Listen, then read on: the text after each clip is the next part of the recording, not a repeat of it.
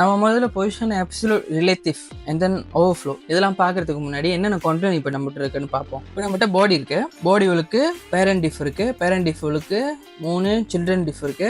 ஒரு சில்ட்ரன் டிஃப்க்கு வந்து child 1, child 2, child 3 அப்படின்னு சொல்லி யூனிக்கான கிளாஸ் நேம் கொடுத்துருக்கேன். அதுக்கப்புறம் பொதுவாக வந்து 3த்துக்கும் child அப்படின்ற கிளாஸ் நேம் கொடுத்துருக்கேன். ஸோ இந்த சைல்டுக்கு மட்டும் ஸ்டைல் பண்ணால் போதும், 3 டிஃப்க்குமே அது பொருந்தும். ஸோ அப்படி தான் வந்து நம்ம இங்கே செஞ்சு வச்சிருக்கோம். ஸோ இப்போ முதல்ல ரிலேட்டிவ் பற்றி பார்க்கலாம். இந்த child 2க்கு பொசிஷன் ரிலேட்டிவ் அப்படி கொடுத்தா என்ன ஆகும், அதாவது இங்கே இருக்கு பாருங்க, பொசிஷன் ரிலேட்டிவ் அப்படின்னு கொடுத்தனா என்ன ஆகும், ட்ரை பண்ணுவோம். CSS போயிட்டு .child-2 ரைட்டா, .child-2 ஓகே. ஆமாம். ஸோ இதுக்கு வந்து நம்ம பொசிஷன் ரிலேட்டிவ் இப்படின்னு கொடுத்தனா என்ன ஆகும். இப்போ நான் சேவ் பண்ணுறேன். இப்படி பார்த்தா வந்து உங்களுக்கு என்ன தெரியுது, ஒன்றுமே நடக்காத மாதிரி தெரியுதா? ஆனால் வந்து நீங்கள் பொசிஷன் ஸ்டாட்டிக்கை தவிர நீங்கள் பொசிஷன் ஃபிக்ஸ்டோ இல்லை ஸ்டிக்கிலாம் வந்து ஃபியூச்சரில் சொல்லிக் கொடுக்குறேன். நான் கண்டிப்பாக அடுத்த வீடியோவில் மேபி நான் சொல்லிக் கொடுக்கலாம் உங்களுக்கு. அதுக்கப்புறம் ரிலேட்டிவ், அப்சல்யூட், ஸ்டாட்டிக்கை தவிர மற்ற என்ன பொசிஷன் வேல்யூ நீங்கள் போட்டாலுமே உங்களோட எலிமெண்ட் வந்து டாக்குமெண்ட் ஃப்ளோ வந்து வெளியே வந்துடும். இது நான் போன வீடியோவில் சொல்லி கொடுத்துருக்கேன்.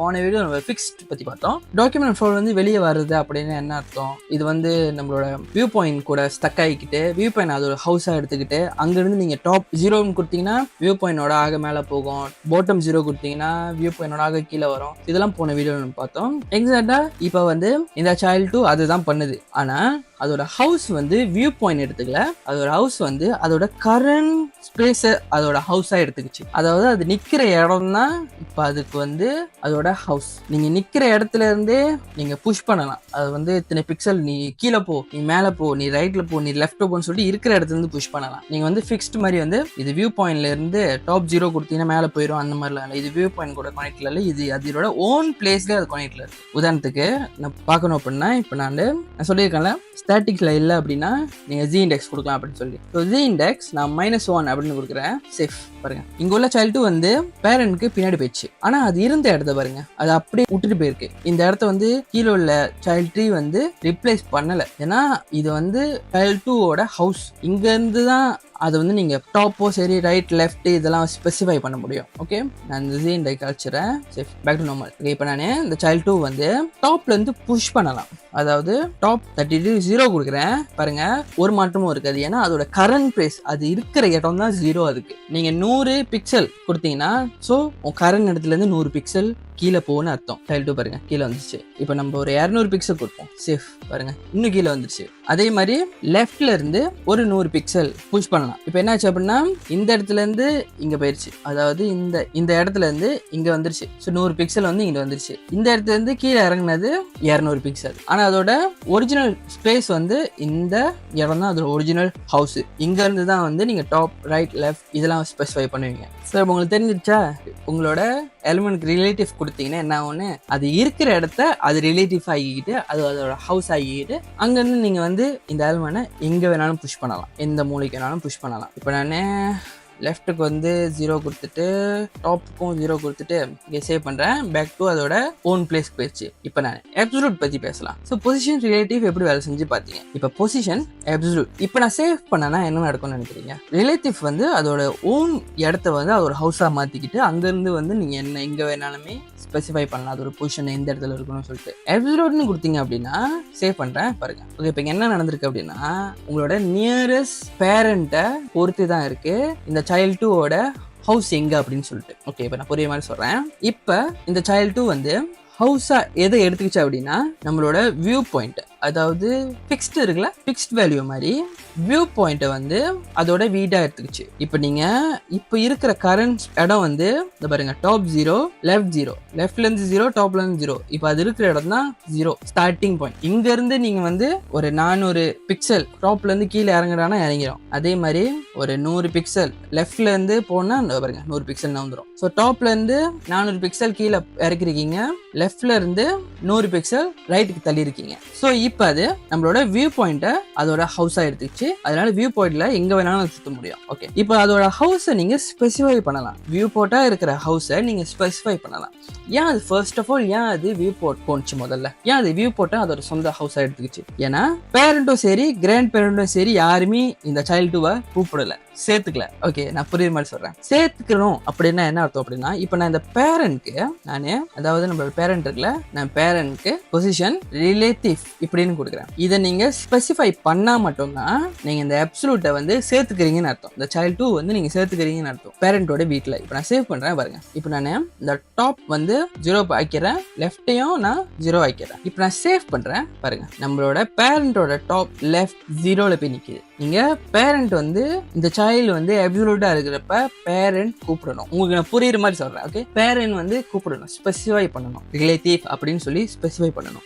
பேரண்ட் வந்து ஸ்பெசிஃபை பண்ணல அப்படின்னா அது நேரம் வியூ போட்டு போயிடும். அது ரிலேட்டிவ்ல இருக்கிற வரைக்கும் தான் அது இடத்துல இருக்கும். நீங்க அப்சல்யூட்டா மாத்திட்டீங்க அப்படின்னா வியூ போட்டுக்கிறது போயிடும். அதுக்கு வெளியே இருக்கிற பேரண்ட், கிராண்ட் பேரண்ட் யாரா இருந்தாலும் சரி, யாருமே வந்து ஸ்பெசிஃபை பண்ணல அப்படின்னா அது போகாது. இப்ப பேரண்ட் வந்து கூப்பிடல, கட் பண்ணிடுறேன். பேரண்ட் கூப்பிடல, பாடி அதாவது இந்த சைல்டு 2 கிராண்ட் பேரண்ட் பாடியில் நம்ம கூப்பிடுற மாதிரி வைப்போமா? ஓகே, பேஸ் பாருங்க. பொசிஷன் ரிலேட்டிவ் பாடியில் நான் கொடுத்துருக்கேன். அதாவது இந்த கிரீன் கலரா இருக்குல்ல, இதான் பாடி. ஸோ பாடி ரிலேட்டிவ் கொடுத்தாச்சு. இப்போ தாத்தா வந்து பேரண்ட் வந்து கூப்பிடுறாரு, என் வீட்டில் இருந்துக்கூடா அப்படின்னு சொல்லிட்டு. அப்போ இந்த பேரண்ட் என்ன பண்ணுவான்னா தாத்தா வீட்டில் போய் இருந்துருவான். இப்போ நான் சேவ் பண்றேன் பாருங்க, தாத்தா வீட்டுக்கு போயிடுவான். ஸோ டாப் 0 லெஃப்ட் 0 பார்த்தீங்கன்னா கிராண்ட் பேரண்டோட டாப் லெஃப்ட் 0ல இருப்பான். அதே தாத்தாவும் கூப்பிட்டு, ஓகே காப்பி பண்ணிக்கிறேன், நம்மளோட பேரண்ட்டும் கூப்பிடுது அப்படின்னா யாருக்கு போகும்? ஃபர்ஸ்ட் ப்ரையாரிட்டி பேரண்ட் தான் போகும். பேரண்ட் தான் வந்து மோர் நியரஸ்டா இருக்கு. பேரண்ட்டை தாண்டி தான் கிராண்ட் பேரண்ட். இப்போ நான் கிராண்ட் பேரண்ட்ல வந்து நான் ரிலேட்டிவ் எடுத்துறேன்.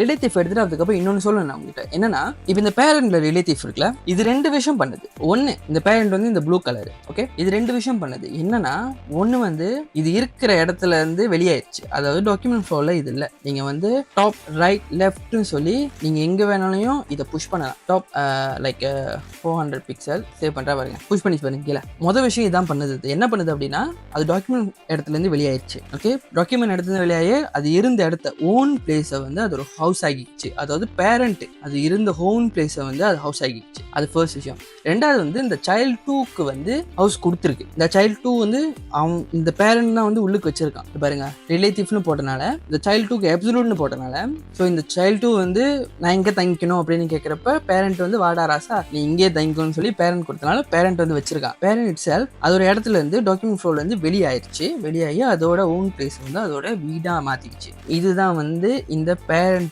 வந்து ரிலேட்டிவ் போட்டா நடக்கும். இந்த டாப் ப்ராப்பர்ட்டி எடுத்து நான் சேவ் பண்றேன் பேக் டு நார்மல். ஓகே, அதுவே நான் இந்த பேரண்ட்ல ரிலேட்டிவ்க்கு பதிலா அப்சல்யூட்னு போட்டனா என்ன ஆகும்? இந்த சைல்டு 2க்கு வந்து நான் அப்சல்யூட் போட்டனால இவன் என்ன பண்ணிட்டா அப்படின்னா நேரா வியூ போர்ட்டுக்கு போயிட்டான். ஏன்னா வந்து பேரண்ட்டும் சரி கிராண்ட் பேரண்ட்டும் கூப்பிடல, அதனால வியூ போர்ட்டுக்கு போயிட்டான். நான் இப்போ இந்த பேரண்ட்ல வந்து அப்சல்யூட் போடுறேன். இவன் என்ன பண்ணுவான்? இவனும் வியூ போர்ட் தான் போவான். இவன் அவனோட பேரண்ட்ல இருந்து வெளியேறுவான். ஒன்று, ரெண்டாவது வந்து டாக்குமெண்ட் ஃப்ளோல இருந்து வெளியேறுவான். இந்த இடம் வந்து ஸ்பேஸ் இருக்காது. ஏன்னா வந்து இந்த இடம் ஸ்பேஸ் ஏன் இருக்கும் அப்படின்னா வந்து ரிலேட்டிவ்னு பேரண்ட் கொடுத்துருந்தா தான் இந்த இடத்துல ஸ்பேஸ் இருக்கும். ஏன் அந்த ஸ்பேஸ்னா வந்து அதுதான் வந்து இந்த பேரண்டோட ஹவுஸா யூஸ் பண்ணோம். ஆனால் அப்சல்யூட்னு கொடுத்தா அதோட இருக்கிற இடத்த ஹவுஸா யூஸ் பண்ணாம நேர வியூ போர்ட் அது ஹவுஸா யூஸ் பண்ணிக்கும். இந்த இடம் வந்து இருக்காது. அதனால வந்து இந்த கிராண்ட் பேரண்ட் சின்னதாயிரும். இப்போ நான் இந்த பேரண்ட்டை வந்து சேவ் பண்றேன் பாருங்க. இப்போ இந்த கிராண்ட் பேரண்ட் உங்களுக்கு எதுவும் இல்லை. ஏன்னா பேரண்ட் வந்து வெளியாயிட்டான். வெளியாகி அப்சல்யூட்க்கு வந்துட்டான். மெயின் அதாவது வியூ போர்ட்டுக்கு வந்துட்டான். ஸோ இந்த பேரண்ட் உங்களுக்கு ஒன்றும் இல்லை. ஏன் இந்த கேப்பு அப்படின்னா, பேரண்ட்க்கு வந்து நம்ம பாருங்க margin 100 pixel top and bottom கொடுத்துருக்கோம். இவன்கிட்ட இருக்கிற இவனோட ஒரு ஓன் மார்ஜின் அதில் வந்து இவ்வளோ தூரத்தில் நிற்கிறான். நான் வந்து இதை நான் எடுத்துட்டேன் அப்படின்னா சேவ் பண்ணுறேன் பாருங்க, மேலே போயிட்டான். மறுபடியும் அந்த 100 pixel top and bottom margin கொண்டு வந்துக்கும். Okay, so relative and absolute இப்படி தான் வேலை செய்யும். ஸோ ரிலேட்டிவ்னா அது இருக்கிற இடத்த அது ஹவுஸ் ஆக்கிக்கிட்டு அங்கேருந்து எங்கே வேணாலும் மூவ் பண்ணோம். அப்சல்யூட் கொடுத்தீங்க அப்படின்னா அது நேராக வியூ போர்ட் போயிடும். அங்கேருந்து எங்கே வேணாலும் மூவ் பண்ணோம். அது வியூ போர்ட் போகக்கூடாது அப்படின்னா அதோட நியரஸ்ட் பேரண்ட்க்கு நீங்கள் ரிலேட்டிவ் அப்படின்ற வேல்யூ கொடுக்கணும். ஓகே, இது உங்களுக்கு முதல்ல குழப்பமா இருக்கலாம். ஆனால் வந்து நீங்கள் இந்த மாதிரி கிராண்ட் பேரண்ட் அண்ட் சில்ட்ரன் இந்த மாதிரி 4-5 நெஸ்டட் பண்ணி டிஃபைல்மெண்ட் உருவாக்கி நீங்கள் வந்து ப்ளே பண்ணுங்கள். முதல்ல அப்சல்யூட் போடுங்க, ரிலேட்டிவ் போடுங்க, ஃபிக்ஸ் அந்த மாதிரி அதில் வேல்யூலாம் இருக்குல்ல, அதெல்லாம் ஒன்று ஒன்றா போட்டு ட்ரை பண்ணிகிட்டே இருங்க. அதோட லாஜிக் உங்களுக்கு அப்போ தான் புரியும். ஓகே, சொல்கிறனால மட்டும் புரியாது, நீங்கள் இறங்கி கோடிங் பண்ணால் தான் கொஞ்சம் புரியும் உங்களுக்கு. ஓகே, இப்போ நம்ம ஓவர்ஃப்ளோ பற்றி பேசுவோம். ஸோ ஓவர்ஃப்ளோ பற்றி பேசுறதுக்கு முன்னாடி நம்மளோட பேரண்ட்க்கு வந்து நம்ம பொசிஷன் ரிலேட்டிவ் அப்படின்னு கொடுப்போம். சேவ் பண்ணுறேன். ஓகே, இப்போ அதோட இருக்கிற இடத்த வந்து அது ஹவுஸ் ஆக்கிக்கிட்டு அது டாக்குமெண்ட் ஃப்ளோலேருந்து வெளியாச்சு. இப்போ வந்து அதை வந்து நம்ம எங்கே வேணாலும் புஷ் பண்ணலாம். ஓகே, ஸோ அதனால நான் டாப்ல இருந்து ஒரு 150 பிக்சல் டவுன்ல புஷ் பண்றேன். ஸோ புஷ் பண்ணிட்டேன். ஓகே, இப்போ இது வந்து நம்மளோட கிராண்ட் பேரனோட எட்ஜில் நிற்கிது. அதாவது கிராண்ட் பேரன் விட்டு வெளியாயிடுச்சு. ஆனால் நீங்க கிராண்ட் பேரன் விட்டு வெளியாகாம செய்யலாம். அதாவது ஓவர்ஃப்ளோ அதை யூஸ் பண்ணி நீங்க வந்து உங்களோட சைல்ட் எலிமெண்ட், அதாவது இந்த கிராண்ட் பேரனுக்கு இந்த பேரன் தான் சைல்ட் எலிமெண்ட் வந்து வெளியாக்காம பண்ண முடியும். எப்படி பண்ணலாம் அப்படின்னா, உங்களோட கிராண்ட் பேரன் அதாவது பாடிக்கு போயிட்டு பாடியில ஓவர்ஃப்ளோ ஹிடன். ஓகே, இப்போ இந்த மாதிரி போட்டிங்களா, இப்போ நம்ம என்ன நினைப்போம்னா வெளியே ஆகுனது வந்து ஹைட் ஆயிரும், வெளியே தெரியாதுன்னு. ஆனால் வந்து தெரியும். இந்த பாடிக்கு வந்து ஓவர்ஃப்ளோ ஹிடன் வேலை செய்யாது. இது உண்மைதான். ஏன் வேலை செய்யாதுன்னு சொல்கிறேன், பாடிக்கு மட்டும்தான் அந்த ரூல்ஸ் வந்து வேலை செய்யும். ஓகே, மற்ற எதுக்கும் இல்லை. இப்போ நான் பாருங்க, இப்போ நான் இதை வந்து சேவ் பண்ணலை. இது வந்து நான் வந்து இப்போதைக்கு கமெண்ட் பண்ணி வைக்கிறேன். நான் இந்த child 2க்கு, அதாவது இந்த child 2 வந்து நான் ரிலேட்டிவாக வச்சிருக்கேன். டாப்ல இருந்து ஒரு 150 பிக்சல் வந்து புஷ் பண்ணுறேன். ரொம்ப போயிட்டான், ஒரு 100. ஓகே, இந்த பாருங்க, child 2 வந்து எட்ஜில் இருக்கான், அவனோட பேரண்டோட எட்ஜில் இருக்கான். இப்போ நான் பேரண்ட்க்கு வந்து ஓவர்ஃப்ளோ ஹிடன் அப்படின்னு கொடுக்குறேன். இன்னும் சேவ் பண்ணலாம். இப்போ நான் சேவ் பண்ணால் வேலை செய்யும். பாருங்க, சேவ் பண்ணுறேன். பாருங்க, child 2 பாருங்க, வெளியே வந்த பேலன்ஸ் வந்து அது அப்படியே வந்து உள்ளுக்கு முழுங்கிருச்சு பேரண்ட். ஸோ நீ என்னதான் பண்ணாலுமே வந்து பேரண்ட் விட்டு child 2 வெளியே ஆகாது. பாருங்க, நான் child 2க்கு வந்து நான் இன்னும் புஷ் பண்ணுறேன். லைக் 200 பிக்சல்னு கொடுக்குறேன். டோட்டலாக காண போயிடும். அதாவது இந்த பேரண்ட் உள்ளுக்கு தான் இருக்குது, ஆனால் உள்ளுக்கு இருக்குது, உங்களுக்கு தெரியாது. ஹிடன் ஆகிருச்சு பேரண்ட் விட்டு வெளியே ஆக முடியாது. ஸோ இது வந்து நான் பேக் டு 0 கொண்டு வந்துக்கிறேன். சேவ் பண்ணுறேன். ஓகே, பேக் டு அதோட ஓன் பிளேஸ்க்கு வந்துச்சு. ஸோ எப்படி நம்ம பேரண்ட்ல வந்து ஓவர்ஃப்ளோ கொடுத்து அதோட சைல்டு எலிமெண்ட் வெளியாக்க முடியாமல் பண்ணுறோமோ, பாடியிலையும் அந்த மாதிரி யோசிப்போம். நம்ம ஓவர்ஃப்ளோ கொடுத்து பாடியில் இருக்கிற இந்த பேரண்ட்டை வந்து வெளியாக்க விடாமல் பண்ணலாம் அப்படின்னு சொல்லிட்டு அது அந்த மாதிரி வேலை செய்யாது. ஏன்னா வந்து நம்ம பாடிக்கு வந்து ஓவர்ஃப்ளோ ஹிடன் கொடுத்தோம் அப்படின்னா அது டிஃபால்ட்டாக அதோட பேரண்ட்க்கு அது பாஸ் ஆகிக்கிறோம், HTMLக்கு அது கொடுத்துரும். அதாவது இப்போ நான் சேவ் பண்ணுறேன். பாருங்க, ஒன்றுமே நடக்காதீங்க. ஏன்னா வந்து பாடி கொடுத்த ஓவர்ஃப்ளோ வந்து அது வந்து தாராவரத்து கொடுத்துருச்சு HTMLக்கு. ஸோ அது HTML இப்போ இருக்குது. அந்த ஓவர்ஃப்ளோ ஹிடன்ற ப்ராப்பர்ட்டியும் வேல்யூவும் வந்து HTML இருக்குது. இப்போ நான் பாடியில் இருக்க ஓவர்ஃப்ளோ ஹிடன் வந்து காப்பி பண்ணி HTML பேஸ்ட் பண்றேன். இப்போ HTML நான் அவனுக்கு கொடுத்து வச்சிருக்கேன் டிஃபால்ட்டா. இப்போ பாடி வந்து கொடுக்க முடியாது, அவன்கிட்ட இருக்க HTML இருக்கு, அதோட பாடியோட பேரண்ட் இருக்கு. அதனால பாடி என்ன பண்ணணும்னா இந்த ஓவர்ஃப்ளோவை இதுவே வச்சுக்கும், HTML கொடுக்காது. ஸோ பாடி வந்து ஓவர்ஃப்ளோ அது வச்சுக்கிறதுனால இந்த ஓவர்ஃப்ளோ வந்து ஒர்க் ஆகும். இப்போ நான் சேவ் பண்றேன். பாருங்க, இப்போ வந்து கிராண்ட் பேரண்ட்ற பாடியை விட்டு இந்த பேரண்ட் டிஃப் வந்து வெளியாகலை. இப்படி தான் வந்து ஓவர்ஃப்ளோ வேலை செய்யும். கொஞ்சம் குழப்பமா இருக்கலாம். நல்லா நான் என்ன சொன்னேன்னு உட்காந்து தெளிவாக மெதுவாக யோசிங்க, உங்களுக்கு புரிய வரும். ஓகே, இப்போ நம்ம கற்றுக்கிட்டதை வச்சு நம்மளோட கோட்ல என்ன பண்ண முடியும்னு பார்க்கலாம். ஓகே, இப்போ நம்மளுக்கு இந்த இடத்துல வந்து ஒரு பேட்ச் வேணும், ரெக்கமெண்டட் அப்படின்னு சொல்லி ஒரு பேட்ச் வேணும். ஏன்னா வந்து இந்த பிளானை தான் வந்து நம்ம ரெக்கமெண்டட் பிளான் தான் கொடுக்க போகிறோம். ஸோ அதனால தனியாக இதுக்குன்னு ஒரு பேட்ச் கொண்டு வர போகிறோம். இதை பொசிஷன்ற ப்ராப்பர்ட்டி யூஸ் பண்ணி நம்ம அதை செய்ய போகிறோம். ஓகே, ஃபர்ஸ்ட் நம்ம கண்டென்ட் கொண்டு வந்துடும். அதுக்கப்புறம் அது வந்து CSS டைப் பண்ணிக்கலாம். இப்போ பேக்கேஜோட HTML போயிட்டு அதோட கண்டென்ட் எங்கே போடலாம் அப்படின்னா செக்ஷன். இந்த பாருங்க, இதுதான் வந்து நம்மளோட கிளாஸ் பிளானோட லிங்க். ஸோ இங்கே போயிட்டு H1க்கு கீழே இன்னொரு H2 கொடுப்போம். H2க்கு வந்து ரெக்கமெண்டட் அப்படின்னு கொடுத்து இவனுக்கு வந்து நம்ம கிளாஸ் நேம் கொடுப்போம். என்ன கொடுப்போம் அப்படின்னா plan__ batch அப்படின்னு கொடுப்போம். சேஃப் பார்த்தோன்னா இந்த பாருங்க, ரெக்கமெண்டட் அப்படின்னு சொல்லி இங்கே இருக்கு. இந்த ரெக்கமெண்டட் தான் வந்து நம்ம டாக்குமெண்ட் ஃப்ளோலேருந்து வெளியாக்கி இங்கே கொண்டு வர போகிறோம். ஓகே, ஸோ எப்படி டாக்குமெண்ட் ஃப்ளோலேருந்து வெளியாக்கலாம்னு சொல்லி பார்த்தோம். ஸோ அதை நம்ம இங்கே அப்ளை பண்ணுவோம். ஸோ இந்த கிளாஸ் நேம் வந்து நான் காப்பி பண்ணிக்கிறேன். பேக்கேஜோட CSS போயிட்டு package__ infoக்கு மேலே வந்து நம்ம இதை பேஸ்ட் பண்ணி இங்கே டைப் பண்ணலாம். ஃபர்ஸ்ட் வந்து நம்ம பொசிஷன் ரிலேட்டிவ் அப்படின்னு கொடுப்போம். சேவ் பண்ணுறேன். இப்போ பார்த்தீங்கன்னா இப்போ இந்த ரெக்கமெண்டட் வந்து அது இருக்கிற இடத்துல வெளியாயிருச்சு. ஓகே, இப்போ இதை வந்து நம்ம புஷ் பண்ணலாம். ஸோ எப்படி புஷ் பண்ணலாம் அப்படின்னா பாட்டம்லேருந்து மேலே கொஞ்சம் புஷ் பண்ணலாம். அதாவது ஒரு 80 பிக்சல். சேஃப் பார்த்தீங்கன்னா ஓகே, மேலே போயிட்டான். இப்போ லெஃப்ட்லேருந்து ரைட்டுக்கு புஷ் பண்ணலாம் ஒரு 900. ஸோ லெஃப்ட் 900 பிக்சல் வந்துட்டான். ஓகே, ஸோ ஆனால் இங்கே பார்த்தீங்கன்னா இந்த இடம் பாருங்க எம்டியாக இருக்கு. இந்த இடம் வந்து ரெக்கமெண்டடோட. ஸோ வந்து இந்த இடம் வந்து அப்படியே விட்டுட்டு எம்டி ஆகிட்டு போயிட்டான். ஏன் நம்ம வந்து ரிலேட்டிவ் கொடுத்தனால நம்ம இப்படி ஆக்கி விட்டு போயிட்டான். ஆனால் வந்து அப்சல்யூட் கொடுத்தோம் அப்படின்னா இந்த இடத்த வந்து வச்சிருக்க மாட்டான். இந்த ரெக்கமெண்டட் வந்து நேராக எங்கே வந்துடுவான், நம்மளோட வியூ போர்ட்க்கு வந்துடுவான். அதோட வியூ போர்ட்டை வந்து அதோட ஹோமாக அதை எடுத்துக்குவான். வியூ போர்ட்லேருந்து நம்ம புஷ் பண்ணிக்கலாம். ஓகே, ஸோ அதனால நான் வந்து இந்த ரிலேட்டிவை வந்து அப்சல்யூட்டாக மாற்றிடுறேன். சேவ் பண்ணால் இந்த பாருங்க வியூ போர்ட்டில் இருக்கான். வியூ போர்ட்லேருந்து இந்த 80 pixel bottom and then 900 pixel லெஃப்டில் இருக்குது. ஓகே, டாப் 0 கொடுத்து பார்ப்போம். இந்த பாருங்க மேலே இருக்கான், அதோட 0வோட ஸ்பேஸில் இருக்கான். இப்போ இவனை வந்து நம்ம இந்த இடத்துக்கு கொண்டு வரணும். ஸோ என்ன வேல்யூ கொடுத்தா கொண்டு வரலாம். ஸோ புஷ் பண்ணுவோம் கீழே, அதாவது டாப் 100 பிக்சல் முதல்ல கொடுப்போம். ஓகே, புஷ் பண்ணாச்சு. இப்போ வந்து லெஃப்ட்ல இருந்து ஒரு 900 பிக்சல், லெஃப்ட்ல இருந்து 900 பிக்சல். சேஃப்.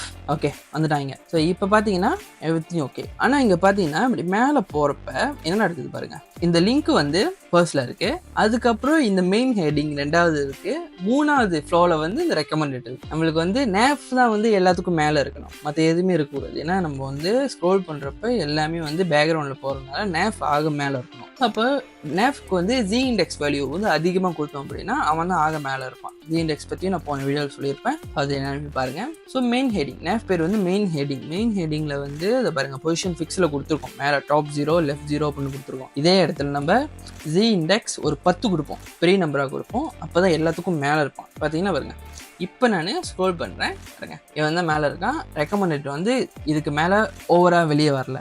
ஓகே, இப்போ வந்து அது இருக்கிற இடம் நம்ம கரெக்டாக வச்சாச்சு, அது எங்கே இருக்கணுமோ அது அங்கே இருக்குது. இப்போ ரெக்கமெண்டட் நம்ம ஸ்டைல் பண்ணுவோம், இப்படியே வந்து எம்டியாக கூட வேணால் ஸ்டைல் பண்ணலாம். ஸோ ஃபர்ஸ்ட் வந்து நம்ம ரெக்கமெண்டட்க்கு வந்து பேக்ரவுண்ட் கலர் நம்மளோட இந்த ரெட் கலர் கொடுப்போம். சேவ் பண்ணுறேன். ஓகே, ரெட் கலர் வந்துருச்சு பேக்ரவுண்டு. அடுத்து இந்த உள்ளுக்கு இருக்கிற டெக்ஸ்ட் வந்து நம்ம ஒயிட் கலர் கொடுப்போம், கலர் ஒயிட். சேவ் பண்ணி பார்த்தோம்னா இந்த பாருங்க. ஓகே, இப்போ பேடிங் கொடுப்போம். பேடிங் வந்து 10 pixel top and bottom, 20 pixel left and right. Save பண்ணி பார்த்தோன்னா ஓகே, இப்போ வேடிங்காக இருக்குது. அது கூட சேர்ந்து இந்த எட்ஜஸ் பாருங்க ரொம்ப ஷார்ப்பாக இருக்குது, அதனால நம்ம border radius 4 பிக்சல் கொடுக்கலாம்.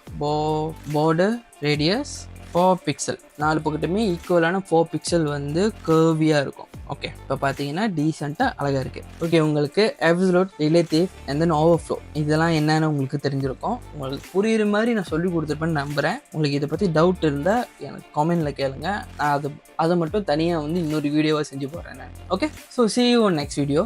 Bye.